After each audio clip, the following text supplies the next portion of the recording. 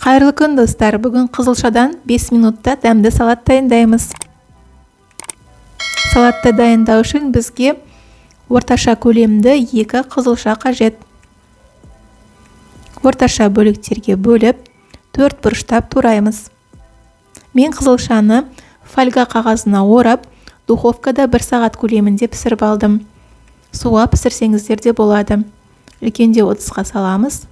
Енді бізге салатқа арналған қызыл пияз қажет. Пиязды жұқартып тураймыз.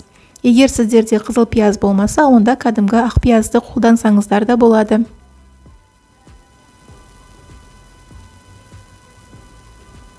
Енді салатымызға консервіленген жүгеріні қосамыз.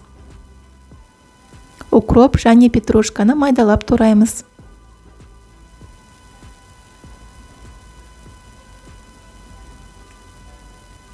Екі тісше сарымсақты пресстен өткізіп саламыз. Дәміне қарай тұз бен бұрыш қосамыз.